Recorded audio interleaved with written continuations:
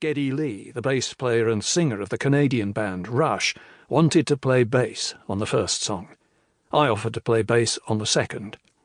I felt it would be an appropriate tribute and golden opportunity to play exactly what Chris played on the original recording of the second song. Between the various other inner circle members, the atmosphere was palpably tense. Attempts to pal up were in vain. We kept our distance as we played both songs a few times, trying to get the necessary cues and endings sorted out.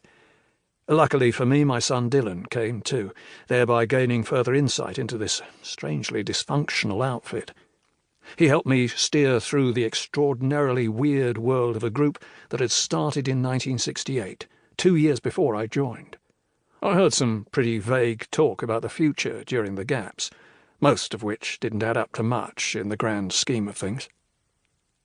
On the day, the stage was set up as if for a big TV show, with cameras, lights, people talking on headsets, crew wheeling equipment on and off, and general pandemonium.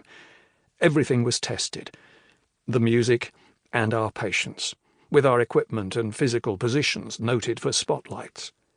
Various issues raised their ugly heads during the afternoon, and manoeuvrings were noted as various managers, publicists, and tour managers tested the patience of the Hall of Fame staff over matters that everyone thought had been agreed beforehand but were now apparently up for debate.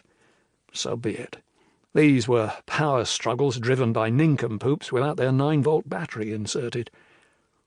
I was delighted to discover that all wasn't lost, with Dave Nattell mixing the front of house and the broadcast. We were in safe hands, as Dave had mixed us and Asia many times, as well as the Rolling Stones and many others. His words of assurance about the clarity of his mix gave me great consolation. This was a slightly coded statement about what would feature in the mix and what might not be so audible. As soon as we could, Dylan and I returned to the hotel for a few hours. We returned to the dressing rooms marked Yes.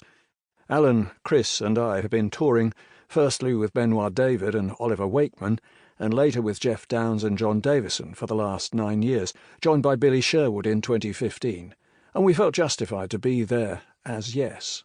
A separate room was set out for ARW, Anderson, Rabin and Wakeman. Every attempt had been made to avoid unnecessary time with them. We made our way to the hall, where Dylan and I sat at the Yes table with Alan, Jeff and Billy and Martin Darville, our manager. After Electric Light Orchestra and Joan Baez had been introduced and performed, we were beckoned to the stage. Alex Lifeson, guitarist with Rush, and Geddy talked about our music and introduced us individually.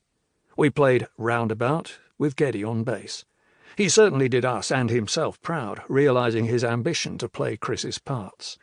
We had it pretty well down, as at rehearsal we'd discussed keeping some space in the verses and starting the chorus with only my guitar.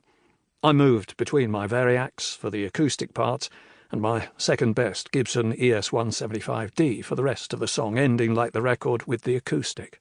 I sung my usual parts along with John, and I seem to remember that Trevor didn't sing many of Chris's parts. I switched to a hired Rickenbacker bass for Owner of a Lonely Heart. I now play Rickenbackers exclusively for all my bass parts, and this bass was identical to my own. A Sunburst 2001 model, it is, of course, very similar to the model that Chris played. Once the 4-chord intro started, I played the bass exactly as it had been recorded by Chris in 1982. The cabaret ending was a reckless jam, and I managed to inject Chuck Berry's Duck Walk. He'd passed away recently and had received plenty of accolades on the night. The event was live-streamed, and the TV broadcast provided a tighter version. Some suggested that we were the best band of the night. It was certainly the weirdest set, only 2 songs, I'd ever played with Yes, but it seemed to me that some other force was operating, allowing us to get through the performance with a minimum of exposure to each other. We remained 2 different camps, as we did in our speeches. John Anderson was light-headed and sent his love out many times to Janie and their friends. Alan also spoke for a while. Then it was my turn. I was the only member of Yes to have written anything down in preparation, as the Hall of Fame had asked us all to do. I'd like to thank all the fans for believing all these years that we deserved and need to be. To keep listening to this audiobook for free, click the link in the description. It will take you to a free Audible trial where you can listen to this and many other books for free for 30 days.